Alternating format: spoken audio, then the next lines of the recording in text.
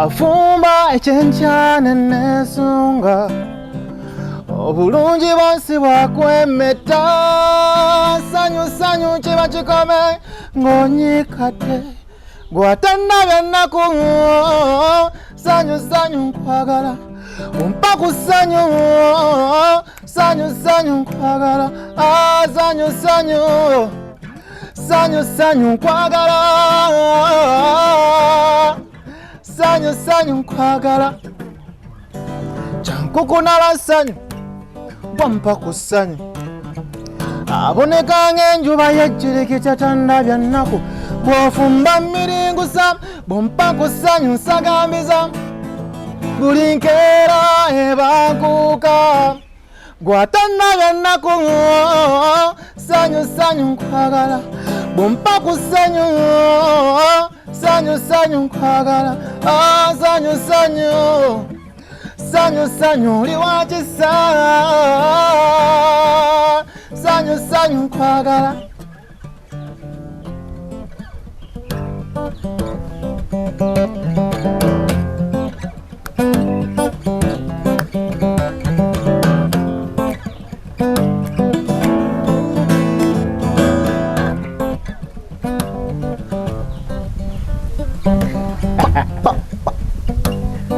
Thank you.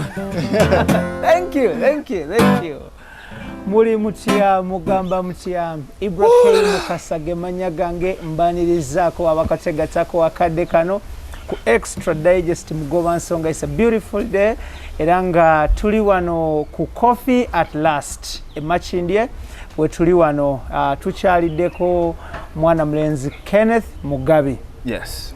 Tukwanirizaako ku show. Neyanziza nnyo neyanziyege. Nsaba obuuze ku balungi abatulaba abalaba digest extra digest right mugoba nsonga yeah ne IBRAH nga oli serebu Eshiwa netende tubidiza mukama amina agulumizibwa atendezibwa yatonde eggulu n'ensi era webale kukola emirimu egyo amina mugada nakulaba ng'ogamba oyagala nnyo amawulire. Yeah, thank you so much. Obulamu bugamba ki? Tukyassa ensonga enkulu. Alhamdulillah. Wow. Njagala kusooka kwebaza ka music aka kalungi akasenenkerevu. Yes. Though abantu bakafunyeko katini which is very good. Yes. Omuganda agamba nti ebiwooma bigwa byokya. Of course. Birungi bigwa byokya. Nkwanirizaako ku show. Neyanziza nnyo kunsanzaako. Kenneth Mugabi Kenneth Mugabi. Bwe bagamba nti Mugabi Kenneth yaba muntu mulala. Era ogenda ku Facebook noteka Mugabi Kenneth. Mbakuleetera bayitirivu. Oteka mu Kenneth Mugabi. Nze asooka wali waggulu. Okay. Yes. So, lockdown ekutwala etya, ekuyisize etya, kitambula kitya? Let me just say it's like I saw it coming. And it's like I prayed for it. Sure. Not nti nali njagala ejje, but it's like I prayed for it because you prepared yourself for it. Nasaba. I wish time could slow down so that people listen to my music. At least today call at mem 80s oba mu 90s nga waliwo Westlife, but Boys to Men, usiga music Backstreet Boys. Njagala at least gundi de kama mabega megao and katonda sala aziddamu naye ate engeri yaziddamu yali endala nnyo and of which ekirungi kijja n'ekibi kijja n'ekirungi, so it depends on how you see things. So mukujja yes shows baziga kuma nani nategese show by there in 2020. Are you sure? Yeah, it was supposed to be 20th June ku Serena. And we had even deposited ngoma nti booking fee. Yeah, we're not booking. Yes. Commitment fee. Yes. Yeah. We had even deposited and tosa jijayo. Of course. It's a very non-refundable. Yes. And I'll literally ubyajja. Yes, we panicked. No panicking at what you're gonna call us. So you can't reverse it. You just had to. I just had to reset my mind, go back to the drawing board, and I started working on a new album. Okay. And right now it's 90% done. Okay. Yes. Ekyo kikoleddemu space ya bbanga ki? Let me say 2020 and 2021. But enyimba ezisinga zaaliwo. Then okufuna theme n'okufuna ebintu ebisinga byonna nti theme, story, and stories in a story, because an album is a story for me. Yeah. That story has stories embedded. It's like a series. You get so. In between there, inyimba ezimu zaaliwo endate zaaliwo kana inofuna theme, and I needed to write about what is going on, and I needed to reinvent myself in a new album, because Chibonom album was different, Ugandan album was different, and now this new album is going to be called People of the Land. So it mixes the feelings of people in the land. Kale, that is very good. Nga tetunagenda njagala tutunuulire concert gye wali otegese 2020 ku Serena Hotel Kampala. Yes. Wali ogitumye erinnya ki? It was supposed to be Strings of My Soul 2. Yes. That was episode 2? Yes. Eyasoka 2018. Then 2019 netukola album release, though it was treated as a concert. But it was a Ugandan album release. Naye engage ya turning out the turn up.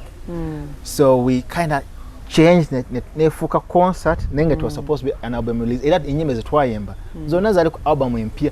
People didn't know. Album enkade twayimba kenyemba zibiri zokka. Kyava ku kyokubanga mwali you had to twist. Well, I partnered with Feza. Feza ekikopo kye yankubira kyali kyamaanyi nnyo, ne gye yantunda wali totally different, because you were working on selling the brand in a new sphere, let me call it sphere. And poster ya fuluma, we had to twist a few things around.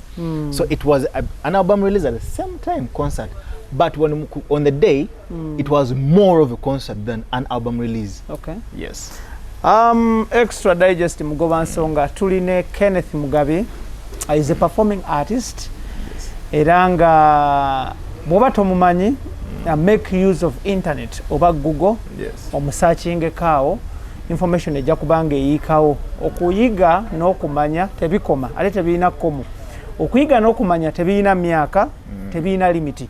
So sobola okubanga for the first time omuwulidde wano, for the first time ng'oli mumulaba wano. Kozesa Google oba internet osearchinge omutegeere ebimukwatako bingi wano ne wali osobola okubanga you get informed. Tutunulira abantu abali celebrated mu biti ebyenjawulo mu ggwanga Uganda era nga tubakyalira ne tuwayamuko nabo basically to inspire, motivate and guide the next generation to come. Yes. Those abali mu art industry, of course bana abantu tubaleeta osobola okubanga omanya celebrity wo ali kuki aisembichi ali mu mbeera ki nebigwa mu kowere. Program entebwamu ssente aba Sankago shipping company abasangibwa ku IBRAH Park ekizimbe 14 Plaza SF0 ne SF12 bano basabaze mali okuva China paka Mombasa bekwate buli kimu kitambule bulungi. Ate nga bo baganda baffe aba Roast Coffee Academy wali ku Alwada Mall Abda UAE bano batendeka ba baristas abakabi bamala okutendeka bakuwa certificate ate ekusobozesa okugenda okubanga okola mu hotels okuvira ddala ku 0-star hotel paka ku 7-star hotel. Ate nga wane Kampala bagudde wetabe najja nankubbi wakati wa church aba Advent ne Nyondo Club wano nga balina coffee machines ez'okutunda eza service neza haya bekwate buli kimu kitambule bulungi. Tuline Kenneth Mugabi. Yes.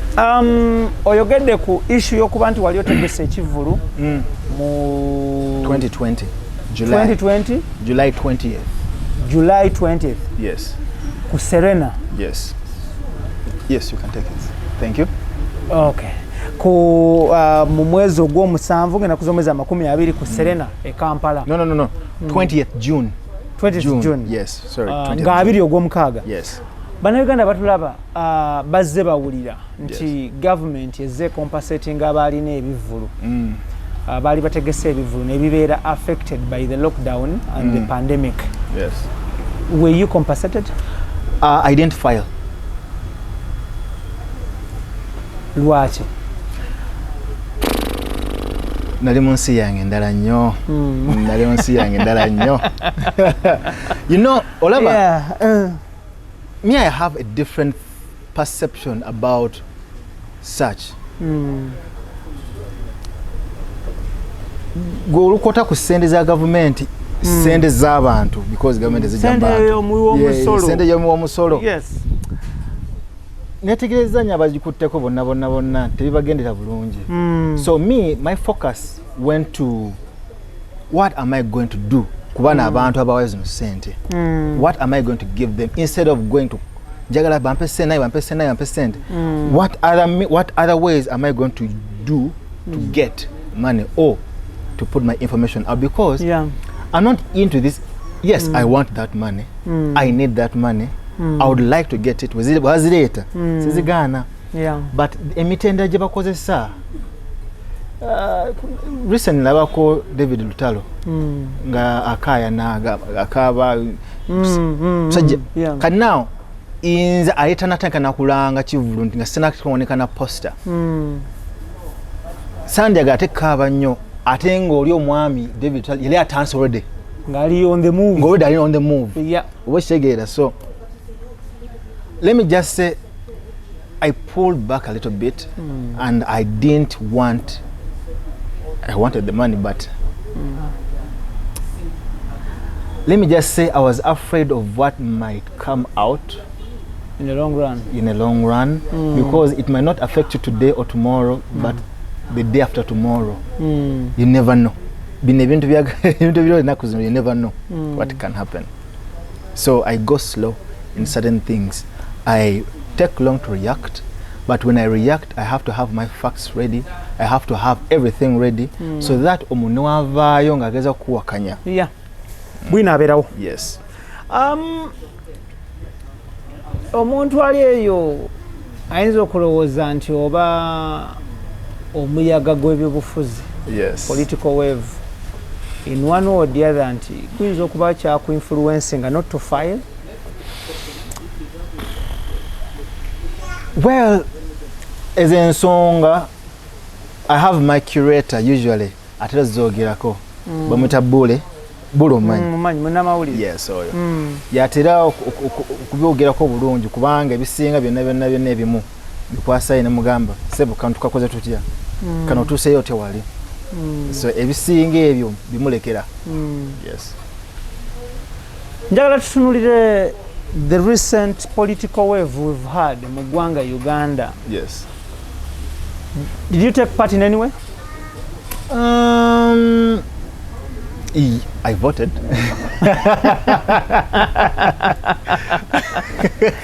Well. Yes, I voted. Okay, that's good. Yes. That's all. Tolina kirala kye wenyigiramu. Not really. You see,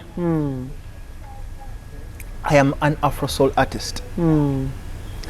Afro soul artist. Afro soul comes from African soul, and Afro soul concentrates on souls. You get. Okay. What people power I know moyo, or NRM I know moyo, what DP I know moyo, what FDC wona. CP, UPC. I have funds in FDC, I have funds in DP, I have funds in people power, I have funds in NRM, I have funds in the moment I come out and the Nekoya side, I'm going to lose only. And yet the end goal is not politics. Yeah. The end goal is love. Togetherness. Yes, kaninze unenyigira mu politics. Mba bela mfose partisan. Ndi kadi okay nsaze wono. Ono osala wono oli agenda kunyiga. Obo mulese. Wosala woli. Chobola naga omanyi let me keep my distance in this politics. Yes, police brutality was there. And in that era, I was even going to release a song about it. Ish. Related. 50-50. Related, because I don't hit directly. I try to reconcile instead of blame.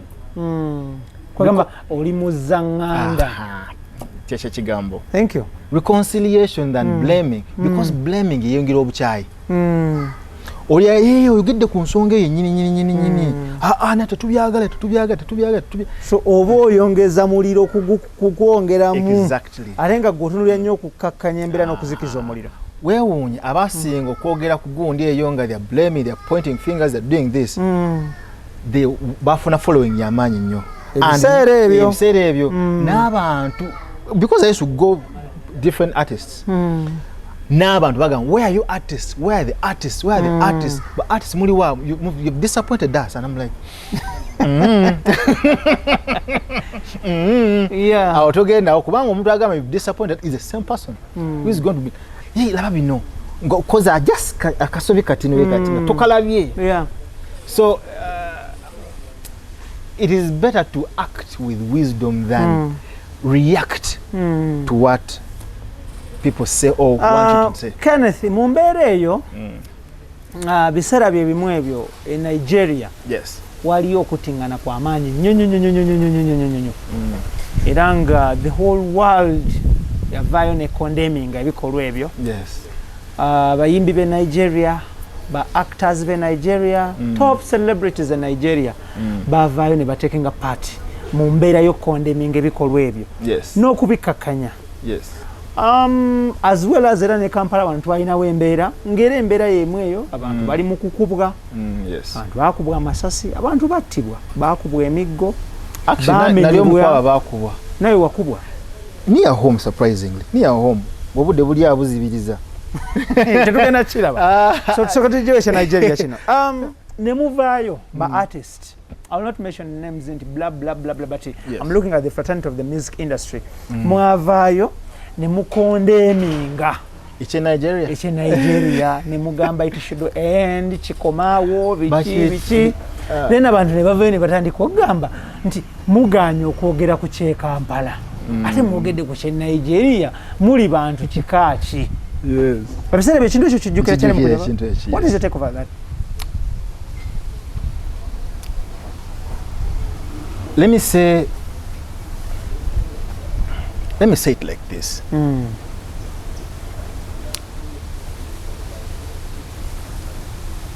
When I used to be in the gig world, twajutanga gig world nga tukuba bandi wali. Yeah. We used to have some friend of ours, well, I don't know, I don't remember. Twatera okukola ebintu. So ne tuleta enjogera egamba nti toyonoona woolya. Yeah. Ekyo kigambo kyagenda mu maaso ne kati bakyogera abantu. Yeah. Mweno industry netegereza abasinga tutya okwonoona we tulya. And abasinga tetutunulidde ba fans. Tutunulidde afuga ba fans oba abafuga ba fans for survival. Wonfuna. Yeah. And me, I don't condemn it because buli omu alina engeri alamu akawogoke. But yes, it is easier to blame omwana wa neighbor than okublaming omwana wo. Kubanga kibena ne byakola bitya. Omugundi otayina mpisa. Muzadde we tayina mpisa. Era nekyana kye bwe kityo.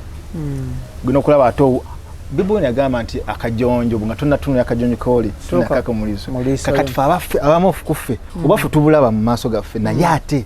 Tufanye okubwaba. Aha. Oba onfuna gye ngenda. Bulungi nnyo. Tukyali ku mulamu. Yes. So it is easier to blame. Oba to talk about something that is not in your country. Nona yogire bingi bikwata bitya tebajja. Teri agenda kuvaya kunone woli. Ne wano kasona yogire what ogina okulabanga ogina okulaba wali emotoka efaanana nga taxi eryawo eringa buno obuntu obubuka bunyenye obubuka mu bbanga. Yeah. Babuta possible drone. Yeah. So Kenneth njagala tutunulire ekyali Nigeria. Yes.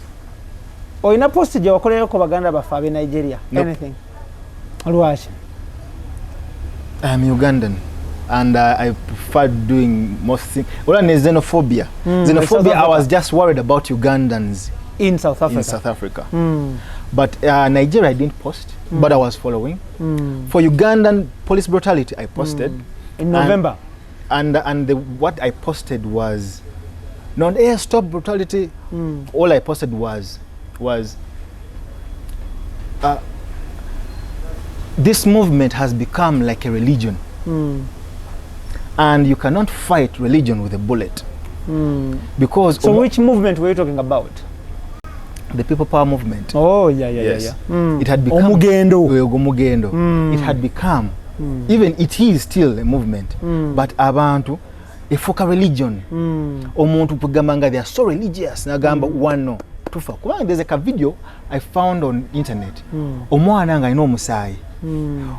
In the background waliwo omuwala yamubuuza naye mumufiira ki mukyali muto lwaki mufu olaga bino binnyini bituyitamu mu abaana bamwe bagenda okukola ki okuganyulwamu nze newenfa omuvubuka yali muto. I think I'm even older than him. I don't know if he's still alive, but the guy was ready to die. He was ready to die. And how can you compete with that if the personal guy, it doesn't matter anymore? People like Martin Luther King said it doesn't matter anymore. People like Mahatma Gandhi, it doesn't matter anymore. Omuntu kasagam, it doesn't matter anymore. About touching anything to lose. Trust me. Oyabali chingongo mubyo kujjo kubba munju oyo. Agamba ekijja kijje. Chennasangamu bwenjo okugenda nakyo. Oba nfe. Ena nangira mu kubo lyange tujja kola ki? Fafagana. Tujja kufafagana. Already avewa kanga afudde. Ng'omutima mufu ngasigaza bode nga yafudde dda bw'asurvive obudda okugenda okukomawo n'obutakomawo bw'akomawo agamba wow naye n'oluwedde wafuna that thrill era nga addayo era nga kugamba end of the day they become addicted to it. You get, but in this case abaana bali ready okufa, bangi bali ready okufa. Extra Digest mugoba nsonga IBRAH Mukasa gemanya gange tuline Kenneth Mugabi muyimbi era nga akuba n'ebivuga akuba ekivuga ekimanyiddwa nga gita yeyitibwa etya mu Luganda endongo. Yes. Tulajjuga akadongo kamu yava ku nga bayimirira oli ayimirira wali n'endongo ye. Okay. Yes. Agwe tulina olunaku lwaleero tumukyaliddeko tuli mu kuwayamuko naye era nga tulaba atambuza atya ebintu bye buli kimu akikwatata. Tuteebwamu ssente baganda baffe aba Dynafam basangibwa Mackenzie Val plot 19 Kololo ojja okubanga obasanga awo nga bano bakola badiringa exportinga by importing supplements ezakabi, fertilizers ezakabi, skin bafa ku skin y'omuntu, bafa ku health y'omuntu, gendayo bakukoleko. Omwami n'omukyala eddagala lyabwe teririna side effects naye ng'ate ekisinga obukulu basooka kukebera kulaba mbeera ki gy'olimu na ddagala ki eri suitable for your body. So nkukubiriza abambi n'abakyala bakola ku nsonga mpitirivu nnyo.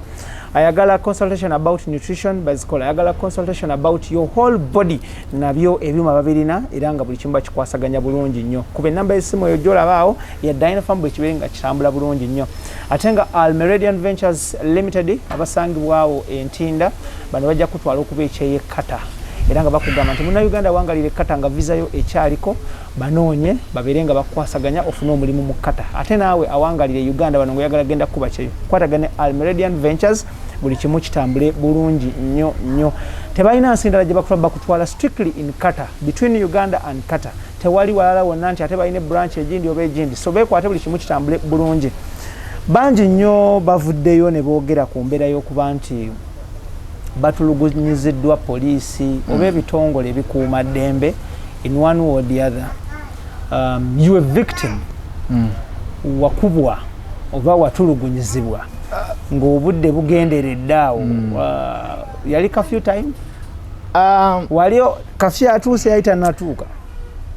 let me just say yali awayiseeko nga busekendi butono nga the thing is I was actually ina memory nunjo jukira ne second nti zali ntono well simanyi bazali nga 3 banya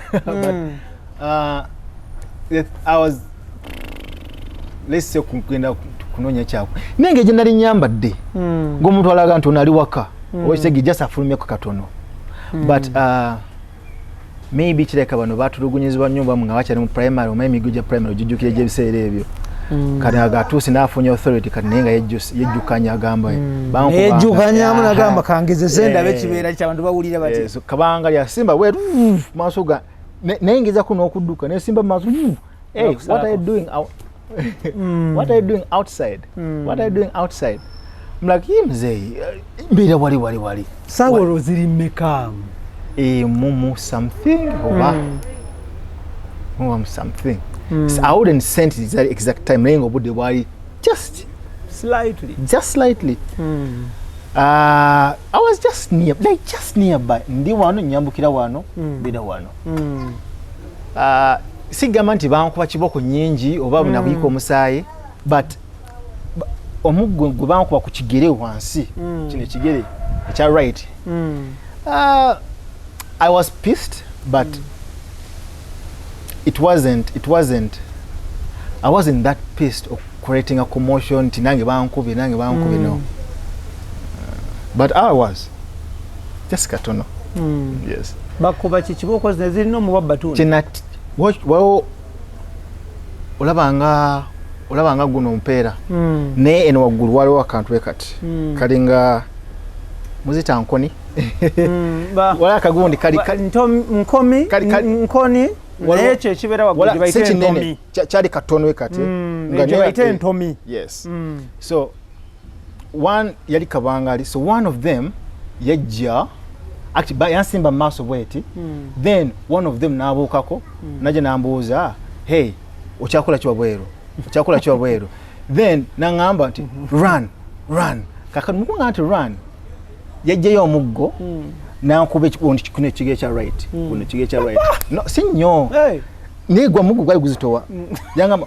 run I'm like tunkubira ki run nemubuuza onkubira ki kakati weyambuuza onkubira ki another one jumped off naga you're trying to fight wajegeera awo nange nengamba manyi bana basajja bangi nokakana ng'onokudduka nokola kyebagamba naye nga nekola kyebagamba kubanga right now eba ofisi yaabwe oba kitegeera weba ofisi yaabwe nakuba n'omulopa era still bajja gamba obudde bwate bugenze oba kitegeera tewagezaako ku following up kugenda mu mateeka mu mbuga z'amateeka I wasn't that hurt sigamba nti banzijamu erinnyo sigamba nti bankuba omutwe ne guzimba sigamba nti Kenneth you're so funny no so babe kujja mulinya wali firinze lawsuit gundi bw'osimaringa what onala ana ekitere aha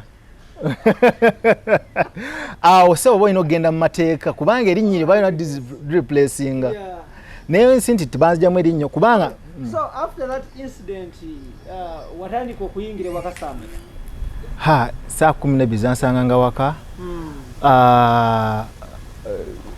I made sure I don't violate curfew I just made sure nti right now sikyalina buyinza bukola ki literally bugamba nti I have rights nange kubanga already coffee time yali eyiseeko so I had to make sure nti I keep time I had to make sure nti I'm not caught on the other side of the law because according to if you know the law oba the new law wasalawo n'ogamba koyingirenga ng'obudde bukyali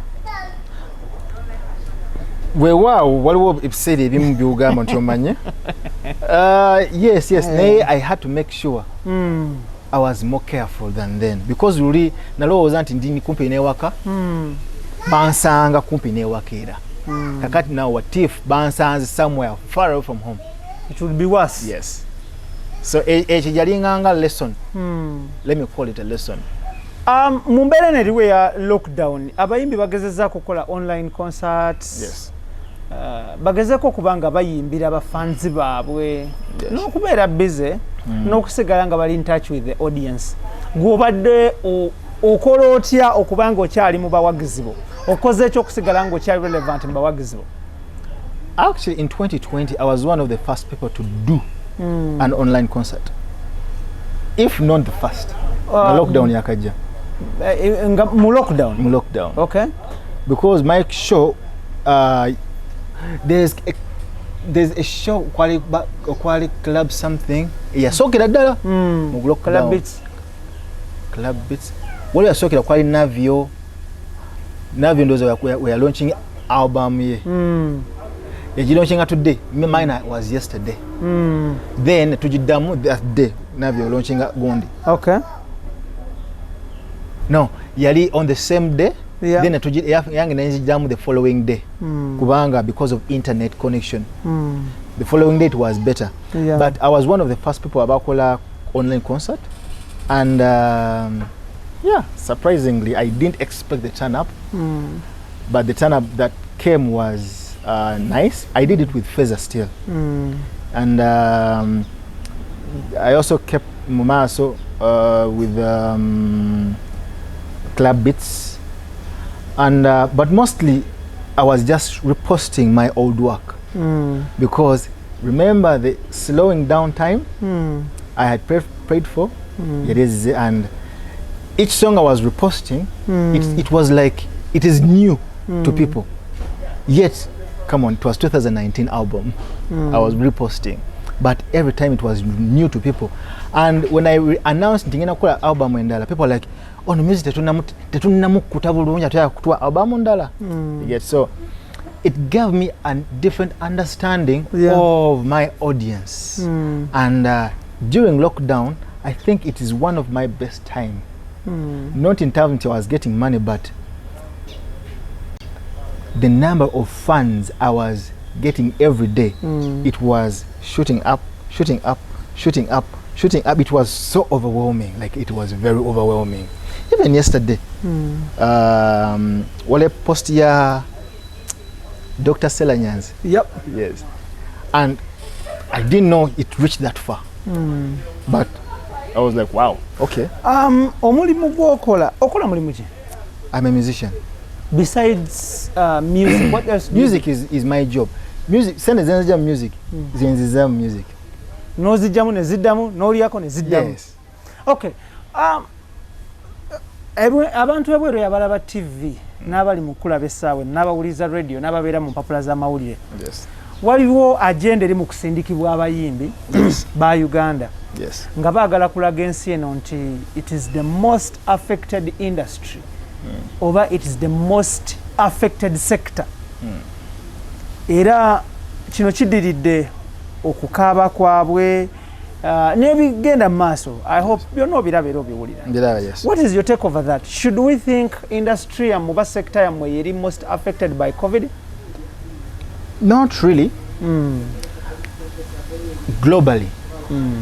Omanyi now, this became a global village. Globalization. Globally, we were all affected. Yeah. And we were together obulungi ate ab'ebulaya they were more affected because bo bali bafa nnyo.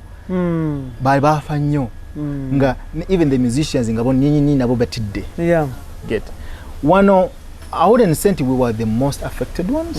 The musicians. The musicians. Okay. I wouldn't say we were the most affected, but we were affected.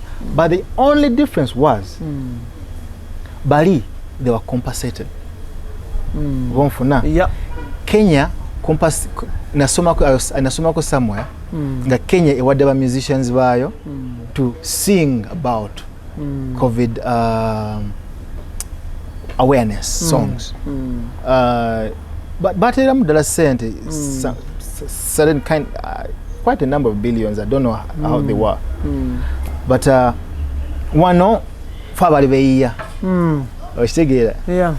So the difference is bali government yabaddukirira wetegeeza obulungi organizations abaddukirira wano twalina okweyiya. That's the only difference, but we're all affected the same way. ebweru eyo abantu batandise okufuna perception nti mufuuse ekisekererwa ng'abayimbi. Case in point, banno bwe mukola omulimu gwe gumu. Yes. Bangi nnyo era obiraba mu mawulire. Yes. Bafuula gulu ekifo ng'ekyobulambuzi. Pilgrimage site. Nawuliza akemba koyo omulenzi ani Fefebus. So everyone goes to Gulu, everyone goes to Gulu, everyone goes to Gulu. Yes. The question is, how many times have you been to Gulu? And when was the last time you went to Gulu? The last time I was in Gulu, it was, I think, 2019 or 18. 19, because I've been to Gulu 3 times. Have you ever heard of Okafe? Yeah. That friend of mine, Paul Mutanga, is the one who took me to Gulu. Ngaina Off Festival. Off Festival, I think. I recorded 2 times for festival. I also played in his cafe. Ngatenda movie right now where. So I think that was the last time I was in Gulu. Yes. Mumbere neriwo tonagenda Gulu. Eyo genda okusinkana General Salim Saleh? Nope. Are you too busy or appointment yote natuka?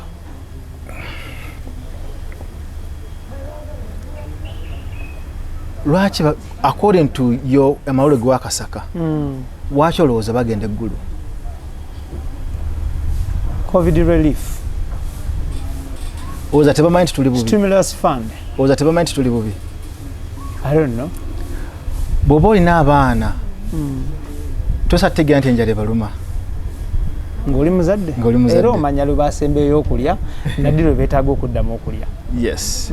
So right now the government is in power. It has the power.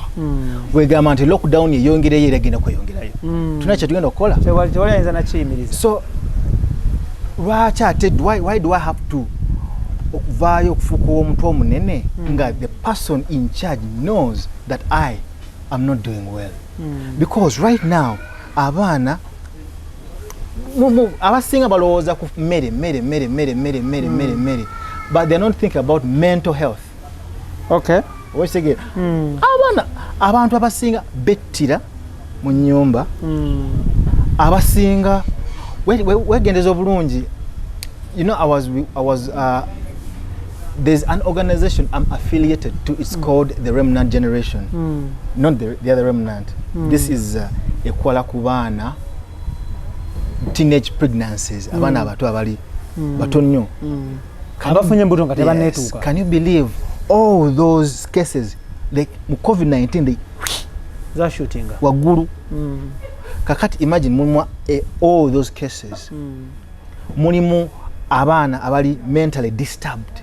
Mulimu abavubuka abaluzinze emirimu mingi nnyo. Abavubuka kakati nga nange Mugabi nvaayo ngenda eggulu ngambe nti nange njagala ssente. Owekitegera nange nvayo nti nange njagala ssente. Ye nga nina akatonotono kenso ogamba kangende neyeewali tekewa, kangende njiyeewali tekewa. Gundi olinayo akalimu akatonotono nze nja kuyimbira ewaka. Owekitegera as long as ndi safe, as long as together we can keep distance. I can shout enough like umpe at least katonotono now mbereo. Yes, instead of ginate mu eri omusolo ngabana abana abali mentally disturbed. Because waleka video akabadde ku Mawanda Road nga bakuba omuyindi aba border. Lwaki bamukubye? Bwavu. And how many cases are there? Zitulabako zentono. Yes. Zitulaba ze nnyingi. Yes. So sente zigende mwabo okendeeza that like relief eyo egende mwabo abantu abazingo zeetaaga. Tuzeetaaga, nzeetaaga nnyo. Era onompowa n'akawumbi nkakwata. Naye ate according to my thinking and according to what I want to see here in my country, I think I would use it differently. Don't ask me how. Don't ask me how. But I think I would use it differently. Because omwoyo gwenina ku ggwanga lyange in Uganda a little bit different because my mother was a civil servant. My father was a civil servant. I am not that different.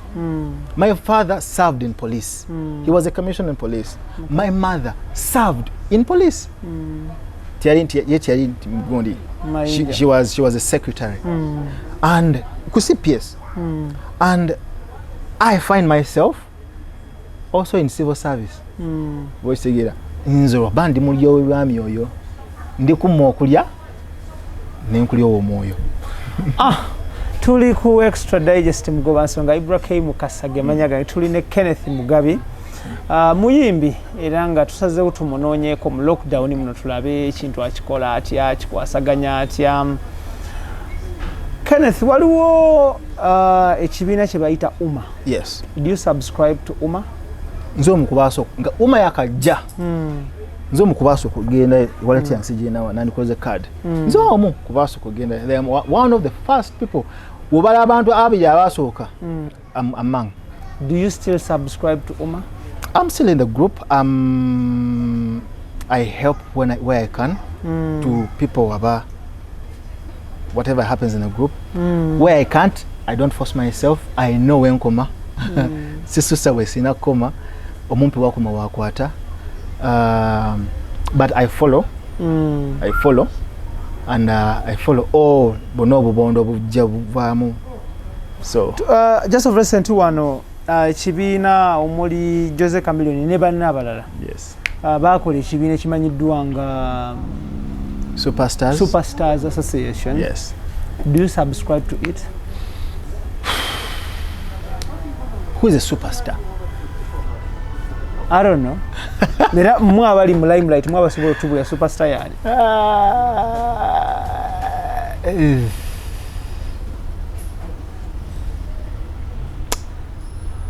Let me say this.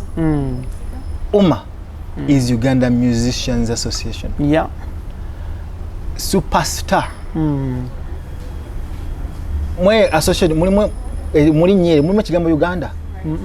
Temo kigambo Uganda. Okay. Since temo kigambo Uganda, no Kenya so kujja. Naga nange ndi superstar. Let me join. Owe Rwanda so kujja, I'm also superstar. Sichecho? Yeah. Teshegeze echo. According to my understanding anyway.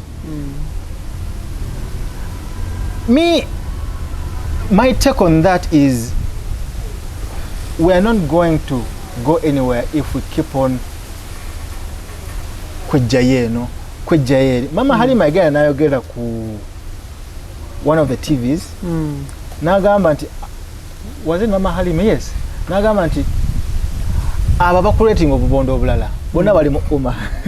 Kwa Mama Halima naye ali mu UMA. Yeah. She knows almost everyone who is in that association. Nagamba abantu bonna abali omu bali mu UMA. Nagamba nti tebannakomyawo kaadi. So they still belong to UMA. So end of the day, my conclusion on this is they are just distracting. I don't know what their intention is, but I wouldn't call myself a superstar because I think fans do that. And maybe God, because we are one soma katonda yagaba fame. Sichacho? Bachiri. Yes. So I wouldn't subscribe to something that I'm not. Or maybe I am. But who says you're a superstar? I can tell myself I'm a superstar. And according to the fans, I am not. And I can call myself, nah, I'm just a regular musician. But to fans, be like, no, you're the superstar. Yeah. So instead of creating obubondo obulala, what should be done? I think we should just cool down our egos. Because this is an ego problem. This is an ego problem. Yeah. Nina ego yange, nange nina ego yange. Tongatikana bali. Okitegera. But end of the day, gino kulabanga, but I'm part of them. So let me just lower down my ego and I join. It is omuntu omulema bolemo kuba omuntu ekigo okola ki? omwegattako. And if you can't fight them, join them. And we tegeeza bulungi. Ne oba oyagala kuba muntu kigo. Teri ani yasula Rome, the biggest empire ruling over 100 years. Awazani agisula. You can nyini. There's no army defeated Rome. No army. But it fell from within. From within. Nti yali atuuseeyo. Bw'osoma ebyawandiikibwa still. Waliwo bagamba nti your beauty ya corruptinga nnyo. You felt like you were gwakyasinze. And the pride, wickedness was found in you. And then I made the fire come out of you. The pride in you, gyebakozesa yennyini okukuba ekigo. The pride, kyobula Katonda tayagala bamalala. Tayagala bamalala because n'omuntu boogera ku Stan bagamba ebyawandika bigamba yalina amalala mangi. Amalala ago gennyini gye baakozesa tebagajja wonna. It wasn't external, it was internal. Something internal that was made him wansi. Okay, Extra Digest Mugoba nsonga tutebamu ssente ba Sun Cargo Shipping Company. Sun Cargo bano basabaze maali okuva China paka Mombasa. Tebalina walala wonna we bakolera. Nkiddamu tebakulima ntugenda kujjira maali Dubai, tugenda kujjira maali oba South Africa oba Turkey oba wa nedda. It is between Uganda and China. Era nga basanga ku Arrow Package Zimbe 14 Plaza SF0 na SF12 mujja okubanga obasanga ku mwaliro ogwokubiri oba bakubire namba z'essimu ezo buli kimu kitambule bulungi nnyo. Ate nyongera okutegeeza nti yo Roast Coffee Academy ekyaliwo nnyo era nga bali wali ku Alwada Mall Abu UAE nga bano batendeka ba baristas abakabi amala okutendeka bakuwa certificate okusobozesa okukola mu bifo ebyakabi across the whole world because bali recognized internationally. Nga ne Kampala wano baguddewo etabi enajja nankumbi ku Stera awo wakati wa church aba Advent n'Ennyondo Club ojja okubanga obasanga era nga wane Kampala balina coffee machines ez'okutunda eza haya ate nga kwotadde naawe agirina nga yafa bazikola service. So nkubira Omulanga restaurants ne hotels mujje babaguze coffee machines muzirete ba servicing n'ayagala okupangisa okukola omukolo weziri. Ate naawe alina omukolo birthday, wedding, introduction, shower, anything to do with that oba get together party bajja ne bakolera ka coffee akakabi ye Roast Coffee Academy. Tuline Kenneth Mugabi tunyumyamu naye asobole okubanga ali ebweru eyo owulira from your celebrity kyagamba. Kenneth abantu abalyagadde okumanya. Yes. Kenneth Mugabi yaani? Azaalwa wa, mutabani wani, yasomera wa? Nsokere kuki? Tusoke bweru tuyovenga ogende paka waggulu okuva obuto. Kenneth Mugabi ye azaalibwa mu Kampala. Literally banzalira Mulago. Nkulidde mu Makindi muno. That is good. Mu Hollywood. Hollywood ya Uganda. Yes. Nasomera Kibiri Primary School, Busabala. Gangu. Yes, actually, Kasuku is an OB. I don't think he remembers me. Anyway, I was a little bit lower class, but he was kuvadanga alimbe arts. So he's not a mistake nti alim. He's where he is. Because from way down he was. Then from Kibiri Primary School, because Kibiri was literally it shaped my musicality. Though I wasn't part of the system, the music. From Kibiri Primary School, I went to Lubiri High School in the Palace. From Lubiri High, I went to Makerere High School, Megade, Bombo Road. From there, I joined Makerere University, School of Performing Arts and Film, commonly known as MDD. No majoring amuchi? Music. Music. Yes. Okay. But you never know, no major music. You have to do drama. You have to do dance. Yes, it's African music is like that. That is a degree or diploma? Degree. Okay. So you cannot separate African music It moves in Trinity. Okay. Music, dance and drama. That's African music. Okay. Yes. So ozalwa ni tata yani mukulidde wa early childhood? Ndimu tabani wa w'omugenzi oba w'abagenzi. Tata wange bali bamuyita Godfrey Taire Idwege, musajja musoga.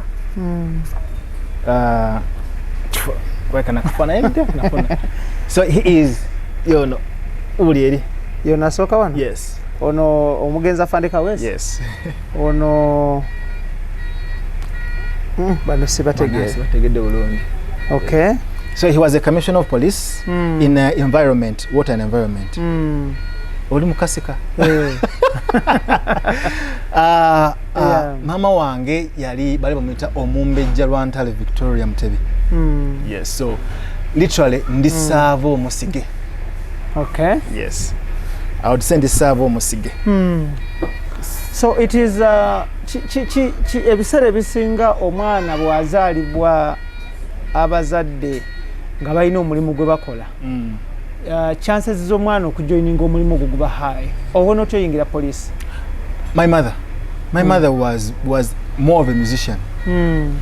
Church eri awo bagita St. Luke's Church buye. My mother mwalinga ayimbira. Okay. So her life was work, church, home. Work, church, home. Work, church. How she didn't have like a big life. Era nga omutamusanga ku mulimu omusanga ku church. Omutamusanga ku church omusanga waka. So that was her life. Era neba tali waka nga tali ku church nga tali na ku mulimu. Era emikwano gyabeeramu gye church. So she was a reserved and she had a small life. And I think I kind of took her characters little kubana kula naye. I didn't grow up with my father. I grew up with my mother. So and she was a musician. Whatever I'm doing, she did. My mother, we are two. My father, we are more than two. Yes. Do you have any siblings who joined the police? No, not that I know of. But I have uncles, aunties. From my father's side. Police? Nope. How come? I don't know. Actually, even my father was once an MP of Kagoma. Kagoma County? Yes. That is in Jinja? Yes. Because in the Mbabudondo, Jibanzala literally. Jibanzika, Buyala. So, wali chalo. Ira jiringa abera. Ngava kumulimu. Yasoka wera MP, yasoka wera musirikale? Yasoka wera musirikale. Then na retiring. Na retiring nava mubusika na again Africa MP, and he is the only person. Correct me if I'm wrong. I might be wrong, but he is the only guy who ever mu police nagena mu politics nadde mu police. Yeah. Actually abasinga bonna Simeo Nsubugu lava mu police yadda mu politics teyaddayo mu police. He is the only guy, so he was favored. So I think such favor. So that means parliament you're serving one term? You're serving one term. Those are 5 years. Yes, Nachita. Naddayo mu police. Recruitment process yali. I don't know. All I know, you're serving mu police, nagenda mu politics, nama naddayo mu police. So he, by the time at the time of his death, he was still in police. Who rank a commissioner? Yes, of police in water and environment. Okay. So he was advocating for environment mostly, and I can see where I can connect the dots now.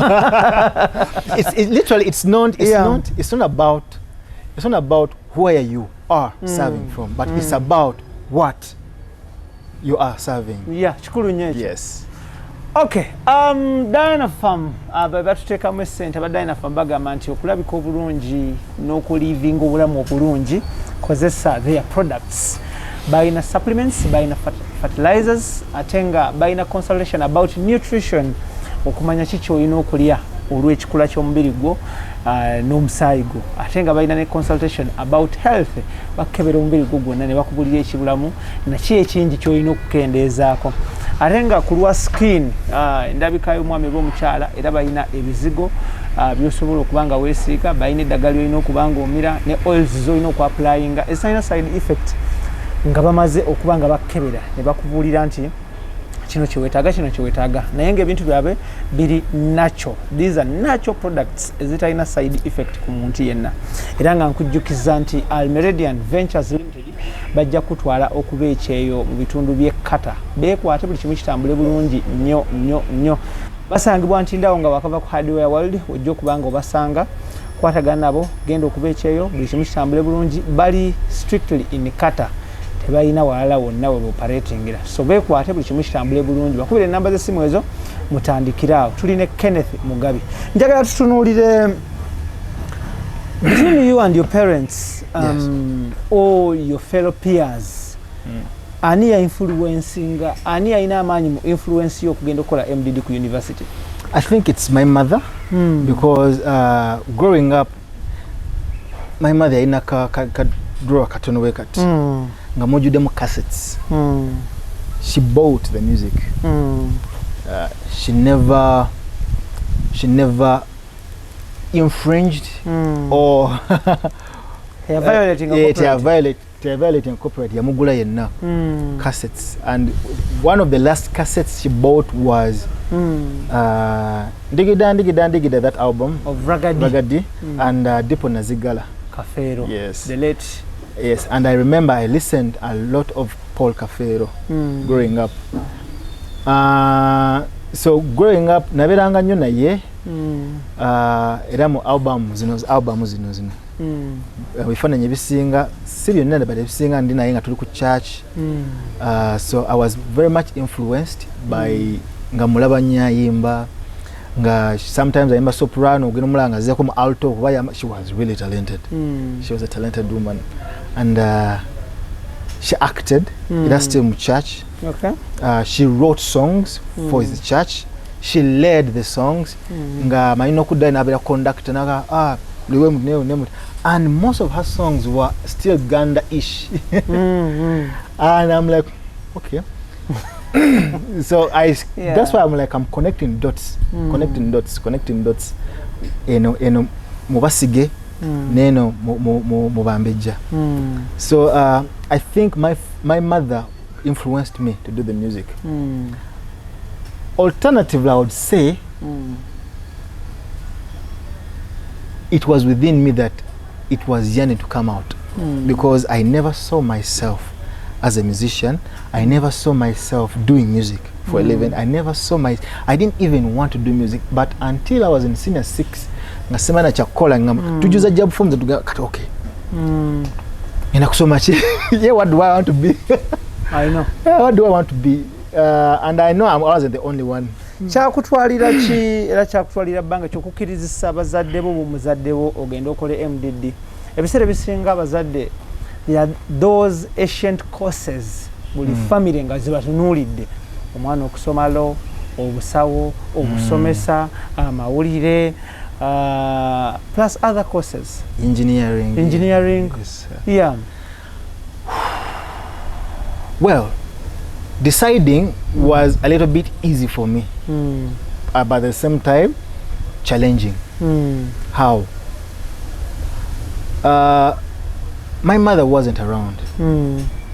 She had died because she passed on in 2008. I remember I was about to do senior 4 exams. She died on 20th September. My birthday was 12th September. She died 8 days later. After your birthday? After my birthday. That changed my life like because gwe nali manyidde gwe nali nkuze naye gwe nali manyi and yes, like, and imagine I was her last born, so you know how last borns usually behave. But when that time came to decide what I'm going to do, nainako abanwanirako entalo One of them was an auntie of mine who was a good, great friend of my mother. Police. We used to call her Aunt Namazi. And yomu kubanwanira kunabagamba ati omwana oyo mama wenga tula wano nawandika ennyimba nama nagenda ku church ne bazikola. Another one was my Aunt Jane. Right now she's in US. She moved to US. I'm forgetting the state. Yomu kwabo, and now for her she used, Aunt Jane, for her she used to go directly to my father because my father at some point yangabanga go to Aunt Jane because nesikoze na ye. I don't know how to communicate with him. I don't know how to, you know. So Aunt Jane literally yadda mugere bya my mother. But also she didn't know that I was really affected psychologically because I hid my pain. Like I don't know how I did that, but looking back, I hid my pain. What they like try to forget what they were kanga. It sinks in, and up to now it is still kind of a little bit affecting me. But Auntie Jane, Auntie Namazi wasinga kunwanije bamzee. Omwana muleka akole MD because initially I had chosen community psychology. For some reason, I don't know why. Later on, I find out my sister from my dad's side was a community psychology. And I think my father also did, I don't know. But he was also into police. Police, you need some psychology. Yep. And before with deciding music and psychology, I was like, which one? Let me do music because music also involves psychology. So I took on music because I felt like it was something that I really can do without okwekaka, something I can do with ease. Yeah. And something I can, let me say gift, because era wogeza kukebera kumbya wandikiwa bagamba your gift ejja kutuuza n'abalangira with kings and so on that note, my advice to people or parents, when you discover the gift a child has, tandikirawo kumusomesa because that gift kyalina kwagenda okulandira the gift not ino nze njagala abere wat family affe badde wet nolire talanta yene kyayina gift eyo kubanga everyone wana gift, no? So your love for journalism is beyond yasuka ebirala nogane what kino kyengenda focusingako era nogana nomanyi no what wagenda mu ssomero but ugenda kandu searching about this. I need to know. It's one of the reasons why nagenda mu ssomero nga I want music because I felt it. Thank you. Yes. Tuli ku Extra Digest Mugoma sawa tuli ne Kenneth Mugabi. Yes. Abayimbi bonna. Yes. Abasinga the biggest percentage baba n'amanya aga stage ne baba n'amanya agaabwe. How come erinnya lyo lyokulembeza toyina, you don't have a pseudonym? No. An AKA name? Why? I am an Afro soul artist. So when I was deciding to do this genre, nalabanga I don't need a pseudonym because to have that pseudonym, you have 2 lives. So me, I have one. And if you listen carefully to my music, I sing about what I'm going through and people around me. So I didn't need, there was no need for a pseudonym. Kenneth Mugabi kyali kimala anekyala ngasaga kuntawanya ku passport ate okakase gwono nati wano ngono mulala ate wano butula alinya ddala ebyo sibyagala. So I was like, you know what, let me just use Kenneth Mugabi. And besides, when you use the name Kenneth Mugabi, omuntu wawuli etinya Kenneth, automatically it usually goes to Kenneth. Even on Facebook, someone in Singapore can just type Kenneth.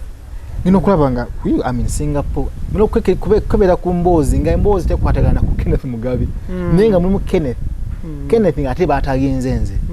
So I also needed that nti ulowooza ku Kenneth Mugabi. Bolowooza ku Mugabi. Kenneth. So I needed that, and I needed to put a face onto that. Though initially I thought I would hide. I thought I would hide and just do music for film, music that is so breathtaking that kuba nanyumiranga nnyo music yabeera mu movies nga ina engeri akwata moment mood weeyo emotions mwina teekawo akayimba and like fitting bulungi, and I was so fascinated by that. So in the beginning I wanted to do such music, but here in this industry it's a little bit difficult. Tutunulire mu your music career. Yes. Till today tukusangidde olwaleero olina albums zimeka? Bidi, I'm working on the third. That is in a period of how long? Since 2016. Till to date? Yes, 2016 is when I released my first album, courtesy of Kwanzaa Music then. Najita under my mentor, Joe Kahirimbanyi.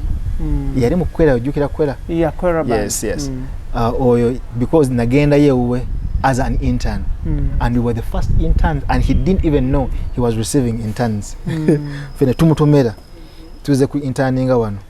And what, going back, this is by the way, it's like I tracked my journey. All those, let me call them counting blessings. So nazonna wenzira yemabega, it makes sense now than then. But 2016, 8th May, I remember, that's when I released my first album. Of how many tracks? 11. 11 tracks? Yes. Okay. 2016,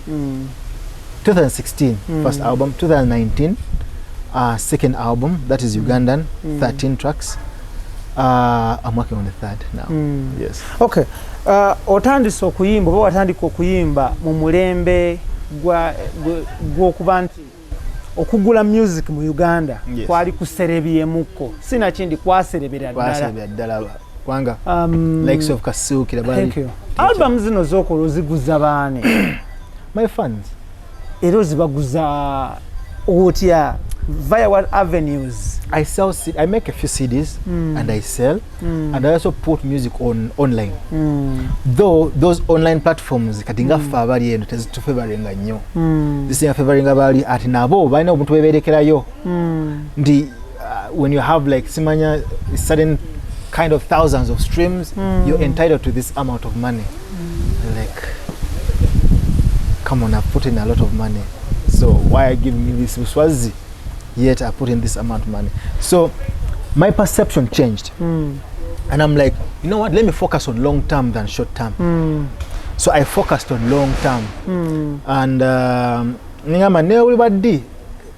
my music wang, I need it to sound new to whoever listens to it. Can you believe I wrote Chibunom in 2011 and up to date?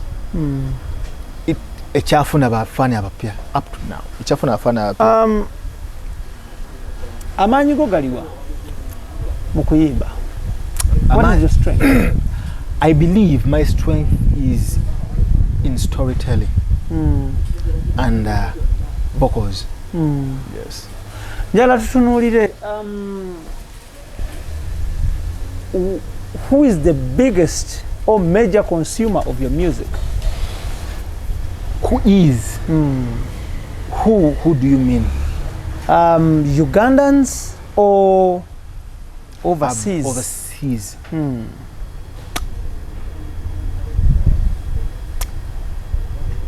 Who? Well, according to Apple Music, men. I wouldn't say overseas or what, but it's men. According to at what percentage? Sina keberayo recently, but the unakomo keberayo, men took around 58%, around 58. I don't know right now. I need to check again, but then men took about 58%. Okay. Than women. Njagala tutunulire breakthrough you. Luyimba kyo lwakumakinga to breakthrough era mwaka ki?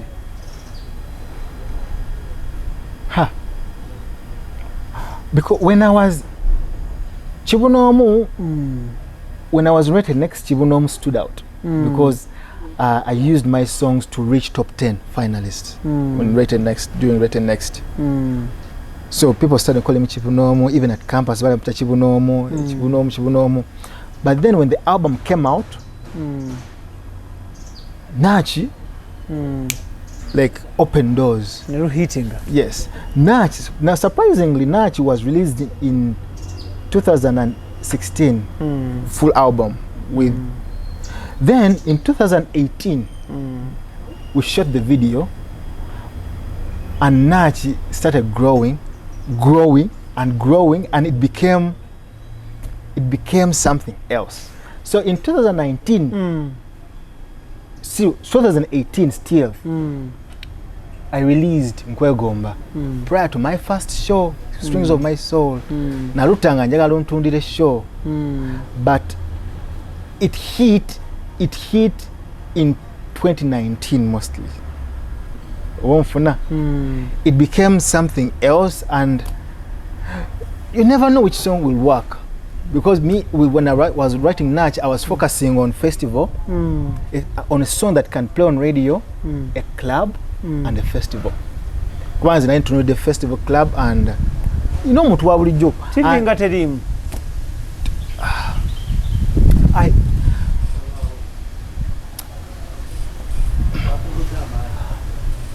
I treat my music differently. How? Nyumira nnyo omuntu asanga akayimba kange nagamba where have I been, not where have you been. Awo nyine njagala kubulizawo ekibuuzo. Yes.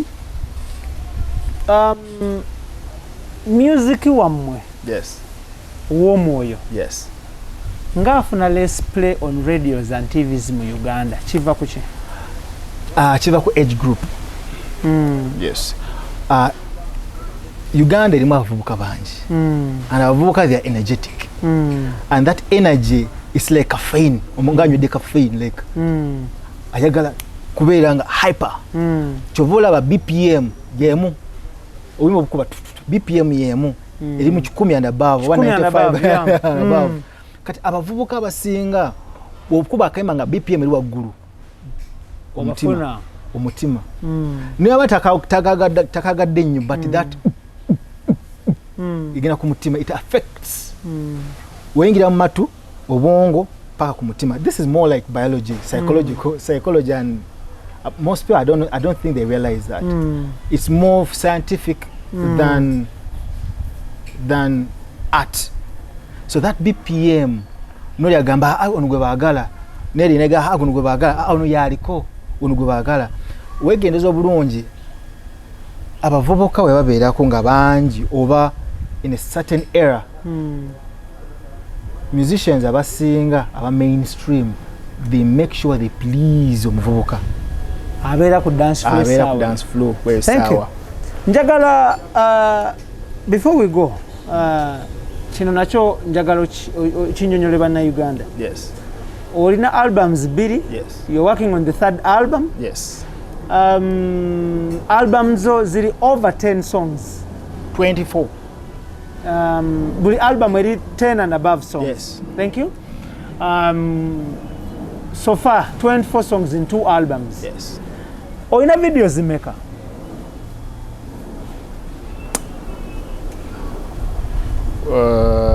I think less than 10. Why?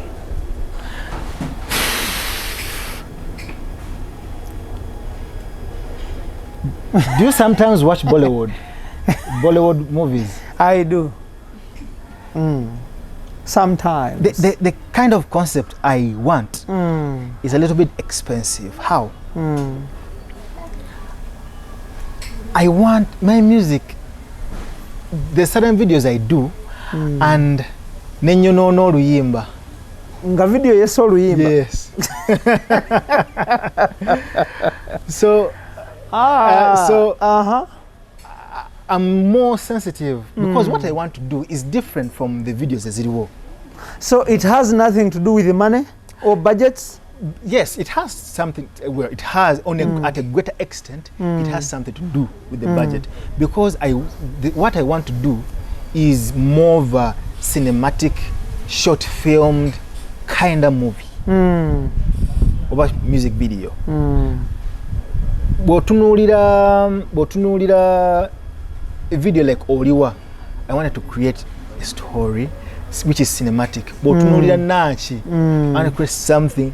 Story cinematic. Botunulira Embera, I want to create something. Era wetegeeza obulungi abantu benkozesa almost bebamu, because Adnan Senkumba twasoma naye at campus. He was majoring in drama and he chose film, and right now he works on Sanyu. Era wotuna Sanyu, the song Sanyu, still nagala kind of cinematic, because I am a storyteller. And I made peace with that. I made peace with that. Okay. And yes, chitambula mpola people tebanachitegeera, but those abachitegeera batekayo more and they appreciate what chitegeera. So I wouldn't blame the industry, and I will not blame the music, because the industry is welcoming back. That is very good. Welcoming back. It used to be here, but now they're welcoming it back slowly by slowly. That's why you see kids like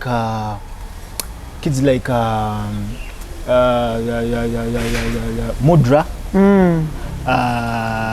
There's this boy, unknown. There's my brother Drekali. I've never met him, but he's good. He's good. So you see now the industry is embracing. There's even the kind of art King Saha was trying. So she has stood her ground. But people are starting to embrace this kind of music, the soul, though mostly on market is more like R&B than soul. Okay, thank you so much. Tetugenda kubanga tusukawo nako lwaleero. Embozi teba nkadde gwajinyumya gwagikaddiya. Ate ng'era njagala kwebaza omwami ono obudde bwe, but before that njagala kujjukiza nti Dynafam beekwate muganda wange ali eyo olukulabika obulungi n'okuwangaala n'okubeera n'omubiri omulungi nga tosumburizwa ndwadde oba bizibu ebyenjawulo. So weekwate Dynafam banoonyeeko ekkololaawo Mackenzie Val Plot 19 ojja okubanga obasanga. Aba Dynafam bano balina products ezakabi ziri nakyo ate nga organic. At the end of the day bw'obeekwata buli kimu kijja kutambula bulungi nnyo. Ate nga Almeridian Ventures bano bajja kutwala okuba ekyeyo ettaki basangibwa Ntindaawo, oba bakubire ku namba z'essimu awo bakutwala okuba ekyeyo ettaki. Munnayuganda ali e Uganda ng'oyagala genda kuba kyeyo gaziye ku nfunayo n'obulamu bwo busanyuke. Weekwate Almeridian Ventures Limited bakutwala okuba ekyeyo ekkata. Nkiddamu bakutwala kata, strictly kata. Njagala kwebaza Kenneth, thank you so much for your time. You're welcome. Tujja kuba tuwongera okunoonyaako. Yes. Njagala kutumira munnamawulire munnange Buule oli wa Kabinyo muganda wange kya Kabinyo. Njagala kwebaza Idris Lukwago, Daniel, Keith, Anthony, thank you so much. Njagala kwebaza management ya Coffee at Last Emakindye wano okutuwa opportunity okukolerako mu such a beautiful calm environment. Mwebale nnyo, mwebale ddala muli ba Kabinyo ba Coffee at Last. Njagala kwebaza Sun Cargo Shipping Company ne Roast Coffee Academy okututeekamu sente. IBRAH Mukasage manya gange tukwatagane nate omulundi oguddako nga tonnasiibula. Kenneth Mugabi Music YouTube, please subscribe. Facebook Kenneth Mugabi kuliko katiki kabulu endala etaliko katiki si yange. Instagram Kenneth_Mugabi tojja kunsangayo. Twitter @Kenneth Mugabi. Ndine ku mobile money Kenneth Mugabi. I love that. Mamanya guys still Kenneth Mugabi. Thank you so much. IBRAH Mukasage manya gage kulwa Extra Digest mugoba nsonga mbagaliza birungi byerero Mukama Katonda abakume. Assalamu alaikum wa rahmatullahi wa barakatuh. See you next time.